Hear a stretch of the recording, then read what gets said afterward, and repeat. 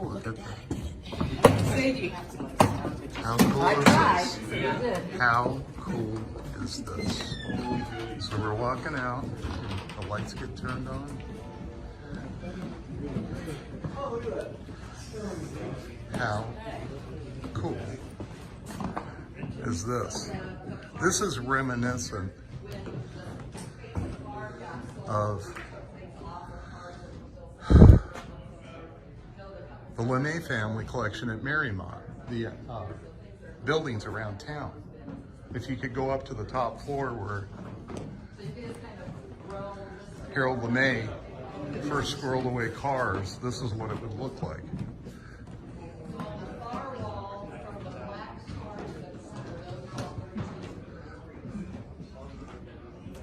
Think about what it would cost to do this building today.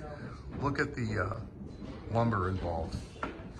Now you got parts storage up here, and we got to go to the windows and look at the view of the town. Got some chrome trim there. So again, this is AMC cars, old cars, early cars. Look at this floor.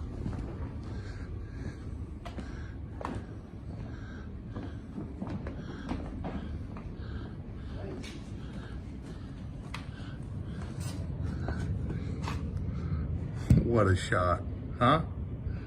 And it's snowing. It's snowing outside. It's trying to snow. It's spitting snow. Happy spring. Yeah, spring in Indiana, folks. Look at these cars. Look at these grand old cars.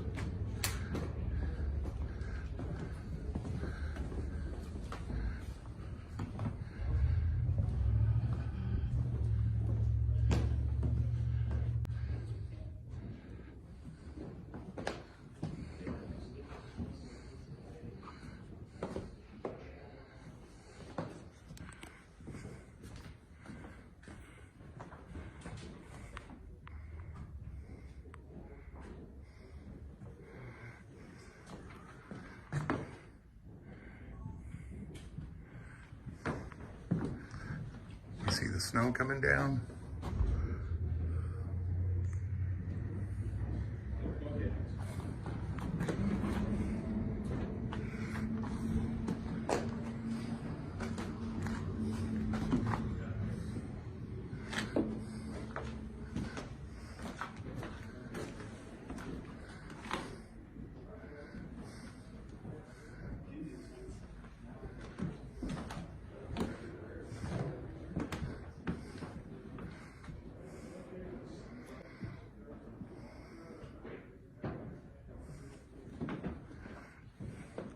So we got engine row here.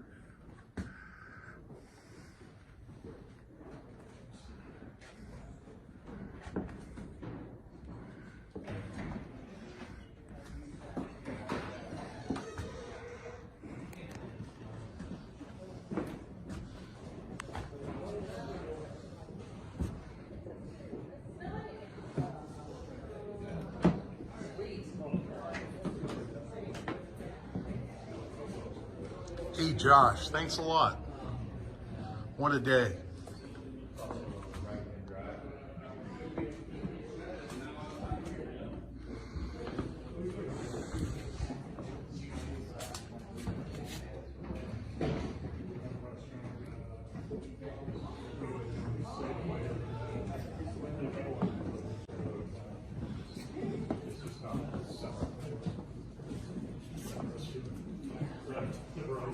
Line up. My brother bought a Matador in high school, a red one. Then when he got divorced, believe it or not, she took his Matador. So he bought it for him. That's really not funny. Beautiful.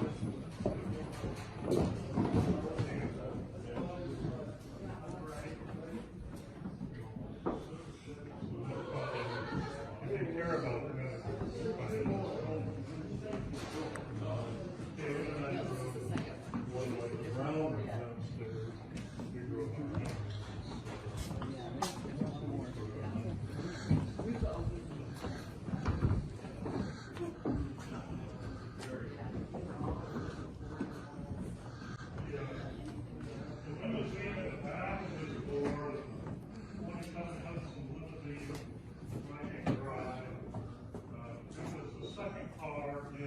Don't let them tell you that they have no bananas.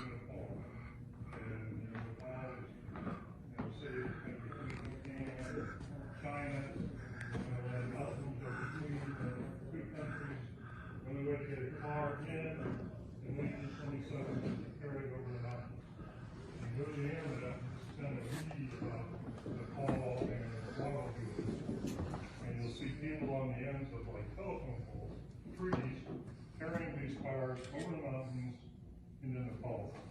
So a lot of royalty. We bought the King's car.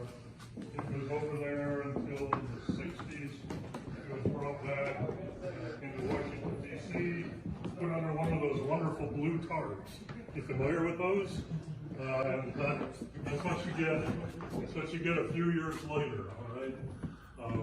We bought it just to save it. Got a young man in Springfield, Ohio that's into Hudson's now.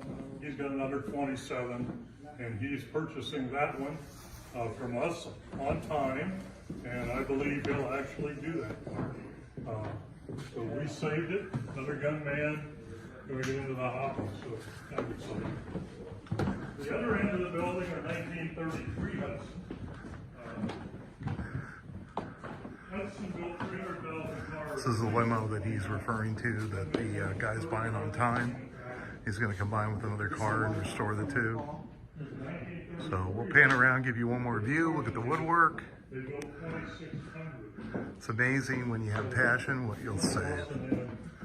Even though it doesn't make sense economically, it's not why you do it. 2,600 cars. So there are 7 of the remains of 1933s. You know, most of them went to the war effort, World War II. Most of them destroyed. So don't get on me about how bad they look. At least they still exist, right? So, anyway, I love that era.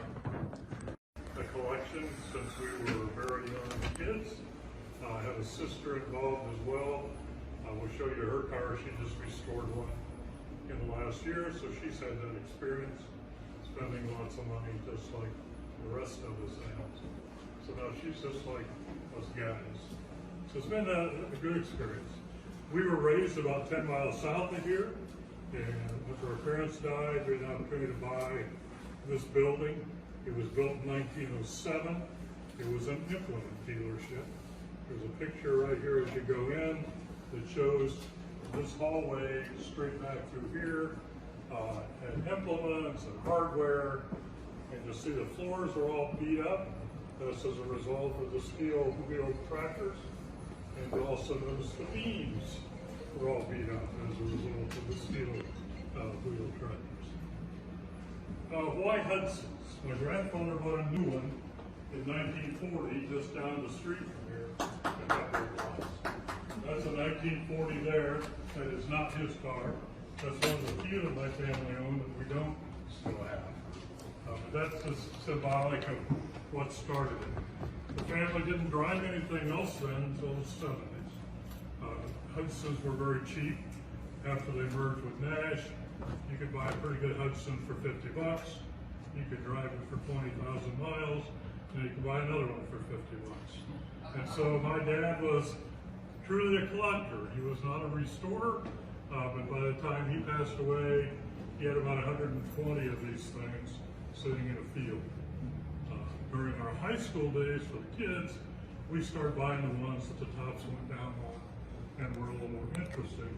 So that's kind of when we started building the collection. This is a 1909 Hudson. That's the first year Hudson was built in Detroit. There are still about, I think, 16 or 17 the first year that still exist. So it's just here. It's kind of interesting to think this is an 09, building was built in 07, so it gives you some perspective on what they were doing to get materials in to put this building together. They came in on wagons and from the railroad to here. This operated as a machinery dealer until 1977. So the original owner from 07 to 77. It became a used furniture store then. We actually bought our child's first crib the basement of this building when it was a used store. We all had that experience, right? Our first child got some really nice equipment. You bought your kid a bed? We bought it. They did not sleep in a drawer. Yeah. So there is a basement under here. I wouldn't buy anything out of there anymore, but there is a full basement. So Hudson and Nash merged in '54, created American Motors. So you're going to see a lot of Hudsons. You're going to see a lot of American Motor stuff. You're going to see some junk that's just sort of slid in. Otherwise, along the way, that doesn't really fit. During the winter months, we lease out space for storage. We're still trying to get our property taxes and our insurance paid by collectors. Another 2 or 3 years, we might get close. We've owned the building now for 10 years. So all the junk you see on second and third floor, we managed to accumulate here in 10 years. So it just shows you what will happen if you buy a big building. You must stay away from it. Or you're going to end up with what we got. It's going to be a terrific auction. All right, remember that, John. John stays really close to my wife, Haley.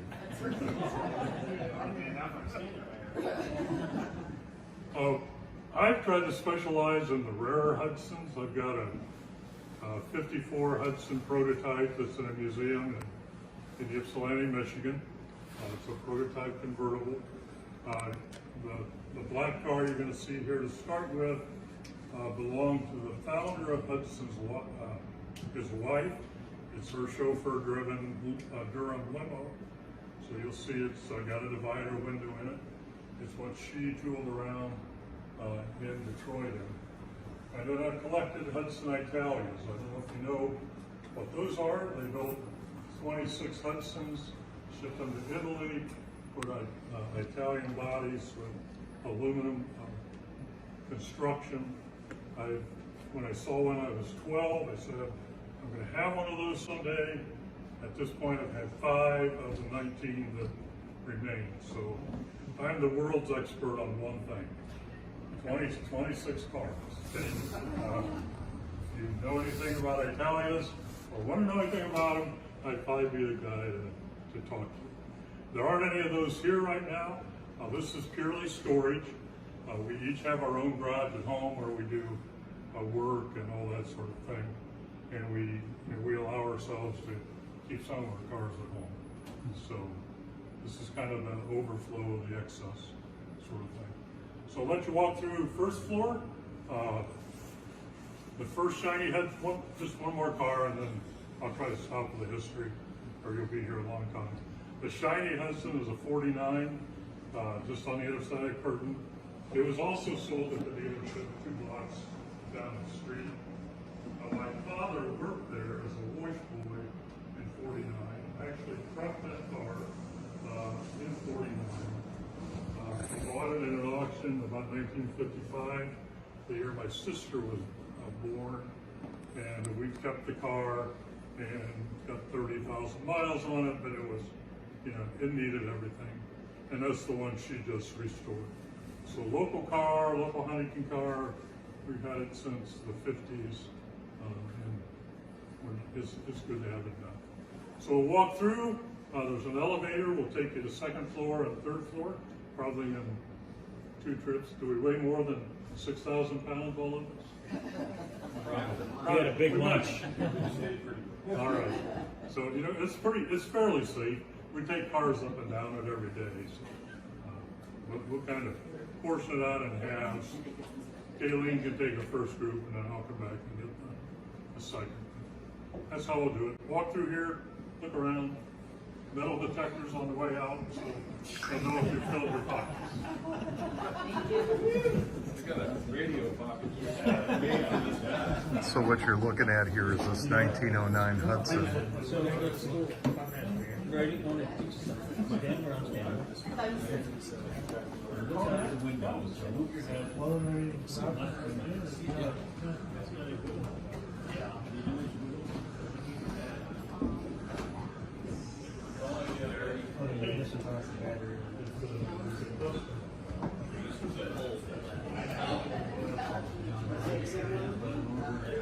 Put Ellie's job right here, duct tape. Is that for Race car technology. Oh, sorry.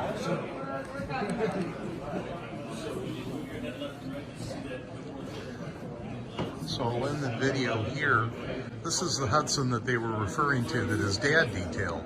And this has been in the same family since the 1950s. I think this is the one he referred to that his sister just restored. So we'll end the video here and we'll start with another one. This is a furniture store.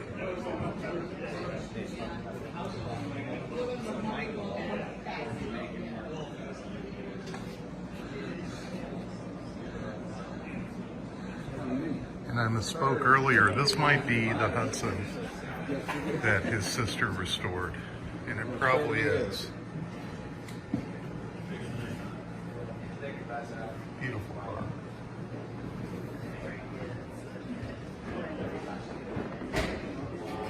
This is the car that's been in the family since the 1950s, I believe.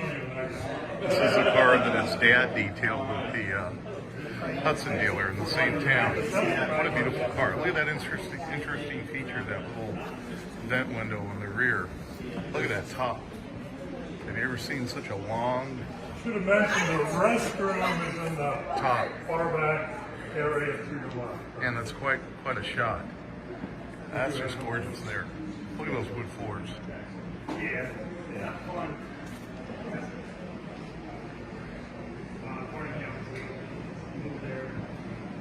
Just gonna take you around here.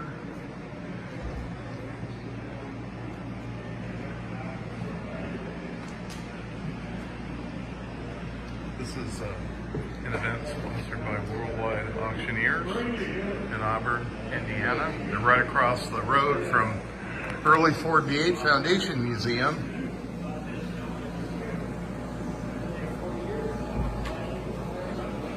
How come every old museum you go into has a sailfish on the wall?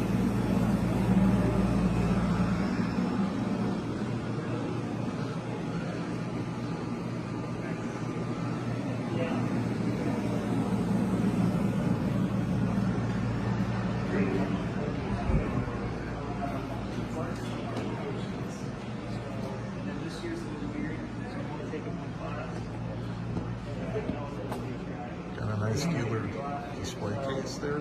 Been doing that and then So you have Lance Clark and all.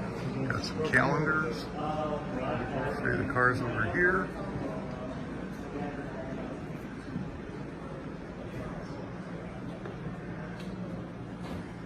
Isn't that a beautiful, fugly car?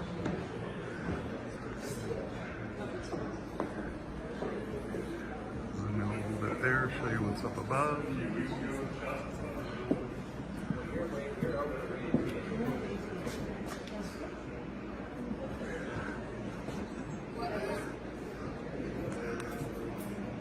So again, when I woke up this morning at 4:30 to meet Nate to work on my truck, I never knew Josh Conrad would walk in and say, hey, you're going on a tour.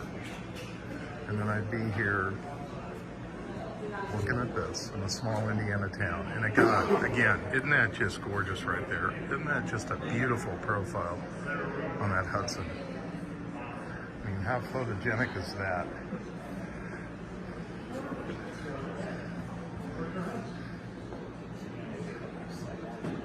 You don't see a lot of Hudson pickups. There's one right there.